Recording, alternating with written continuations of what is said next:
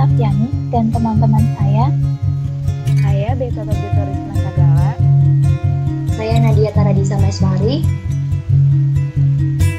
Saya Wahyu Fitriani. Di sini kami akan mempresentasikan tentang logam dan alloy dalam industri kimia.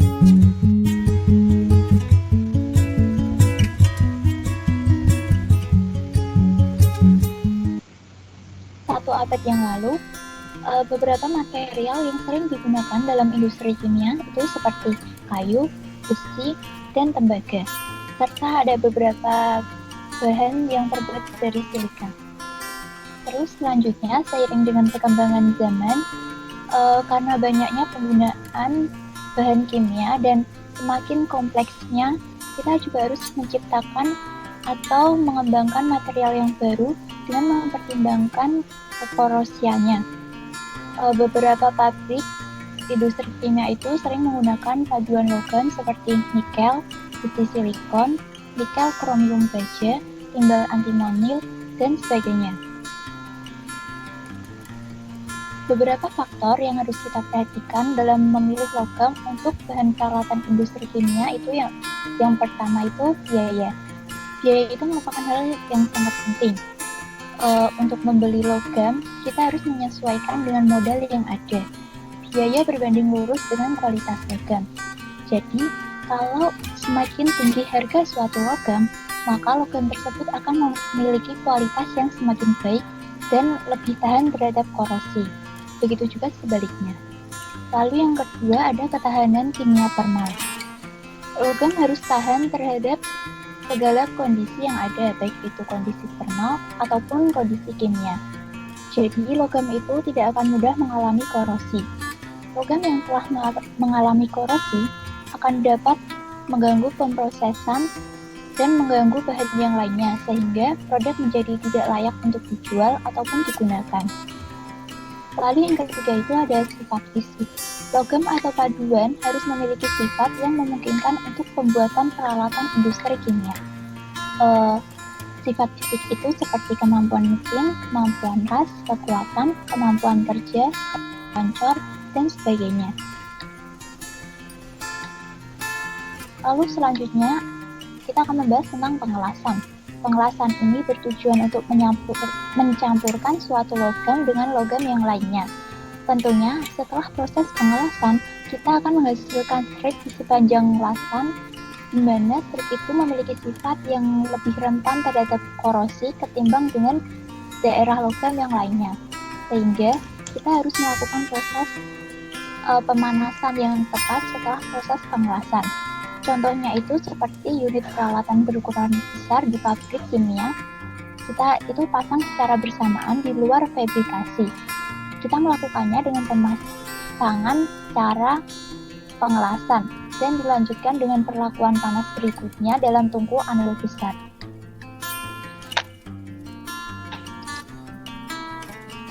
Selanjutnya ada klasifikasi logam dan alloy. Jadi logam itu diklasifikasikan menjadi dua, yaitu logam ferrous dan logam non-ferrous. Seperti namanya, logam ferrous merupakan logam yang berbasis besi. Namun di sini bukan hanya besi, tetapi ada juga paduannya atau modifikasinya. Contohnya ada baja, besi tempat, cast iron, silicon iron, stainless steel, dan chromium nickel irons. Yang kedua ada logam non-ferrous, yang merupakan logam yang bukan berbasis besi, yaitu ada aluminium, tembaga, kuningan, perunggu, timbal, nikel dan menel metal, serta paduan nikel krom. Selanjutnya, dalam deret elektrokimia, logam itu berada di atas hidrogen atau berada di sebelah kiri hidrogen, sehingga menurut persamaan Nernst, logam memiliki kecenderungan untuk menggantikan hidrogen karena dalam deret elektrokimia semakin ke kiri maka semakin mudah untuk teroksidasi. Oleh karena itu, logam mudah berkarat atau larut. Sehingga salah satu metode untuk mencegah korosi antara lain dengan menghubungkan logam, misalnya besi, dengan logam yang letaknya lebih kiri dari logam tersebut dalam deret elektrokimia, misalnya magnesium. Sehingga logam yang punya potensial elektroda yang lebih negatiflah yang akan mengalami oksidasi. Namun, secara alami, logam itu memiliki lapisan perlindungan yang disebut sebagai film pasif. Namun, tidak semua logam memiliki kemampuan membentuk film pasif pada berbagai media karat. Contohnya ada aluminium tidak larut dalam asam nitrat pekat, namun larut dalam sulfat. Silika iron tidak larut dalam asam sulfat, tetapi larut dalam klorida yang mengandung sulfur. Timbal tidak larut dalam asam sulfat encer, namun larut dalam asam sulfat pekat. Sedangkan besi dan baja dapat larut dalam larutan, namun tidak larut dalam asam belerang. Selanjutnya terdapat aturan yang menentukan kemampuan beradaptasi dari suatu logam dan paduannya. Misalnya nih, paduan besi kromium tahan terhadap asam fosfat kasar dan paduan besi kromium 20% hanya sedikit tahan. Dengan demikian, bisa disimpulkan bahwa 12% besi krom tidak akan terlalu tahan. Selanjutnya, jika logam ataupun paduan logam diinginkan untuk memproses suatu campuran, misalnya asam asetat dan asam klorida, sulit untuk merekomendasikan bahan apa yang digunakan tanpa dilakukan uji terlebih dahulu. Tanpa dilakukan uji pada berbagai logam dan paduannya dalam campuran tersebut.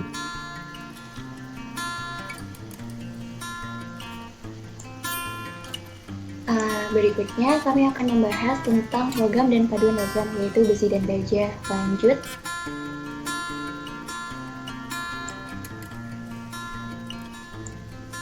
Besi dan baja sering dimanfaatkan dalam kehidupan sehari-hari karena material ini memiliki beberapa keunggulan, antara lain yang pertama adalah memiliki harga yang relatif murah, memiliki sifat fisik yang kuat, dan dapat dipadukan dengan logam lain. Pemanfaatan besi dan baja sering digunakan sebagai konstruksi peralatan pabrik, sebagai pelapis dan penguat peralatan dan perabotan yang dirancang untuk uap dan air, larutan elektrolit lemah, gas dan cairan bebas air, logam alkali dan amonia, serta plastik padat dan cair. Selain itu, besi dan baja sering digunakan dalam pembuatan kendaraan, mesin, konstruksi jalan, rel kereta api, pipa baja, konstruksi bangunan, dan lain-lain. Lanjut. Yang pertama adalah jenis besi tuang atau cast iron. Besi tuang atau cast iron ini sendiri memiliki kandungan 2-4,5% karbon, 0,7-3% silikon, 0,1-0,3% sulfur, 0,13% fosfor, 0,2-1% mangan, dan komponen pengotor lainnya. Besi tuang ini sendiri memiliki sifat yang keras tetapi rapuh, sehingga besi tuang ini cocok digunakan dalam pengecoran karena material ini sebenarnya tahan terhadap guncangan atau benturan.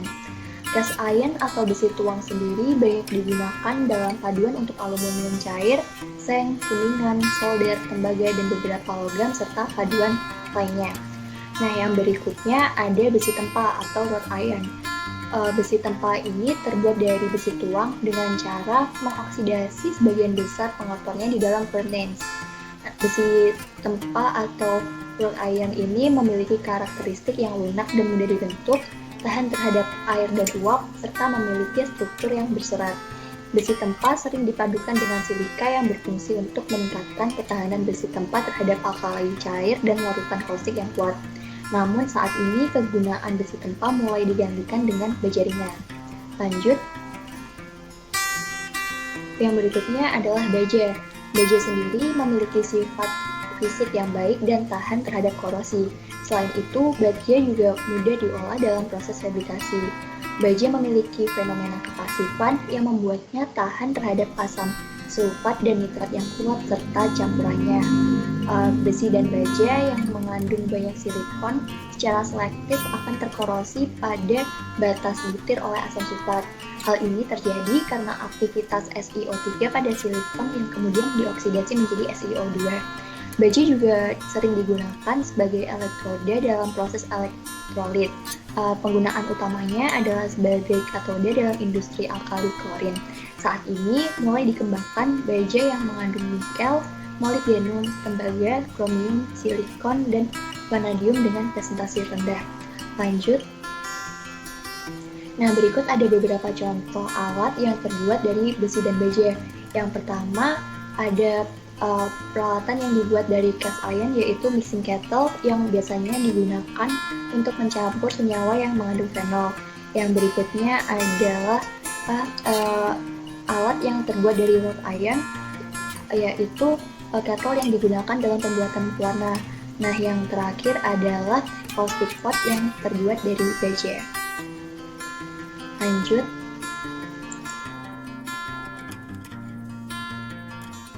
Lalu selanjutnya besi silikon.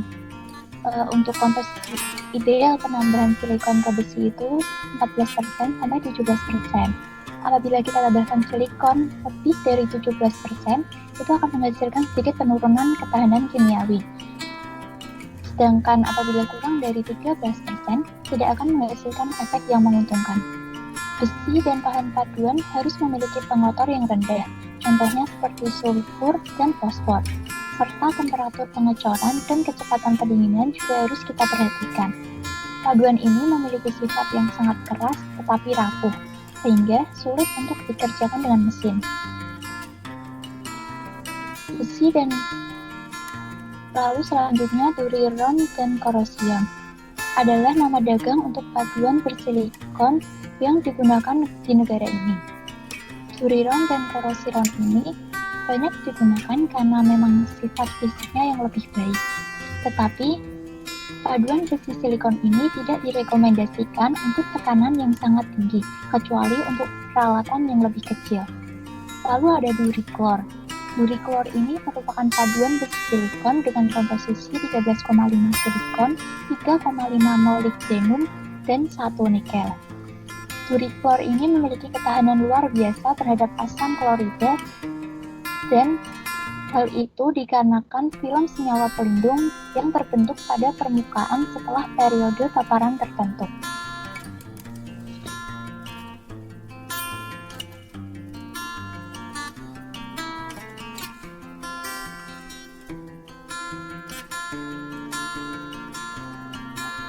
Baik.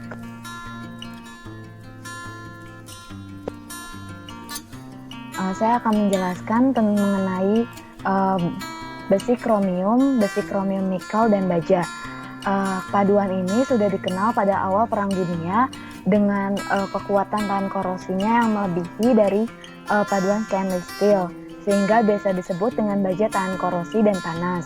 Kemudian untuk paduan utama dalam alloy ini ada kandungan kromium dan pada besi, kemudian ada kromium nikel.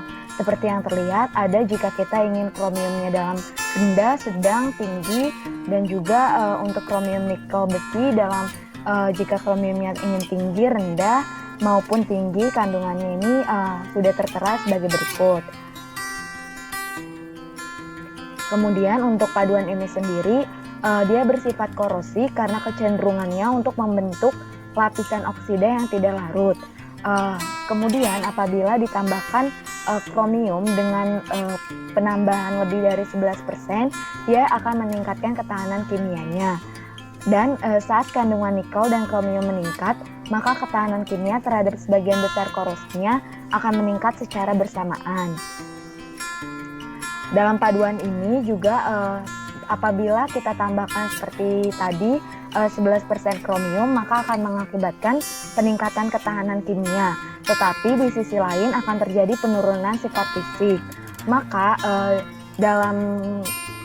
dalam sisi lainnya kita menambahkan karbon untuk meningkatkan sifat fisik tersebut. Oleh karena itu diperlukan keseimbangan antara persentase kromium dan karbon untuk memiliki paduan dengan ketahanan kimia dan sifat fisik yang diinginkan.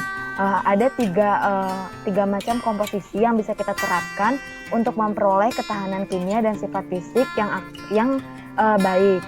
Yang pertama itu dengan kromium 12% dan juga karbon 0,10%.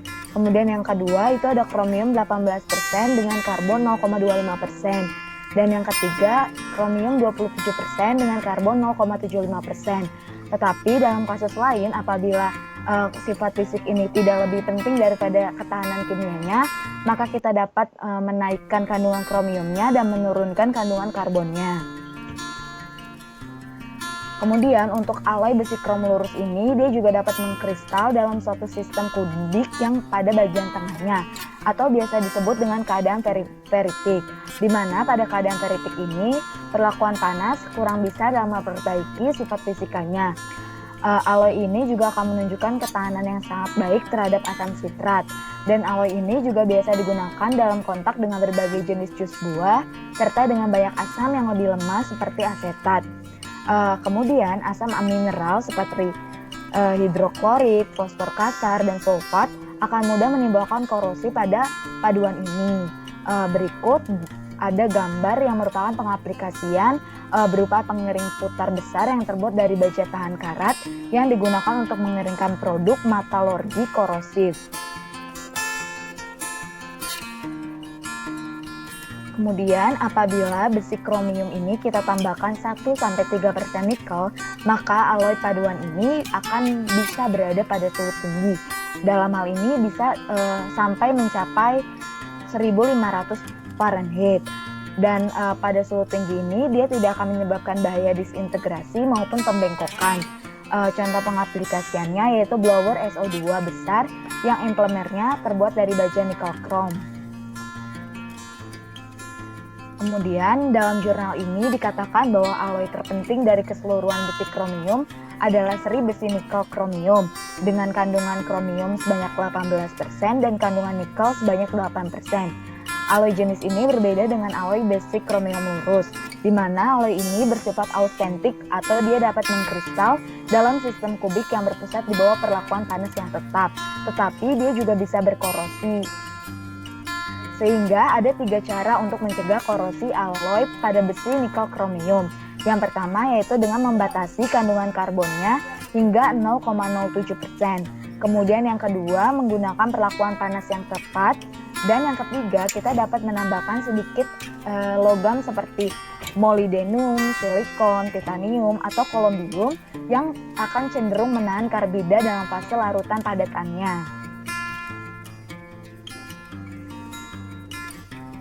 Dan ada juga nih aloy yang memiliki komposisi kromium 24, nikel 12%, atau 24 kromium, 12 nikel, dan 3 MO.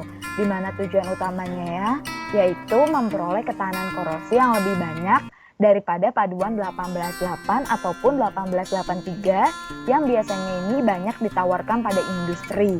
Nah, aloy dengan komposisi kromium nikel yang lebih tinggi juga ada 36Cr 20 Mi atau 35 Mi 15 Cr yang juga banyak digunakan sebagai paduan aloy yang tahan panas. Di mana tadi kan dikatakan bahwa paduan aloy 18-8 ini banyak banget ditawarkan pada industri-industri yang ada. Seperti kita bisa memakainya dalam pembuatan asam fosfat mentah dan dalam pengolahan sulfit pada bubur kertas. Yang kedua juga dapat dalam industri penanganan dan pasterisasi susu. Yang ketiga untuk pabrik bir, dan yang keempat untuk industri pengolahan makanan. Meskipun paduan ini tidak cukup tahan terhadap asam nitrat, tetapi paduan aloy ini lebih baik untuk asam sulfat, tetapi sifat fisiknya lebih baik, sehingga masih bisa nih dalam industri pengolahan makanan. Sekian presentasi dari kelompok kami, kurang lebihnya mohon maaf. Terima kasih.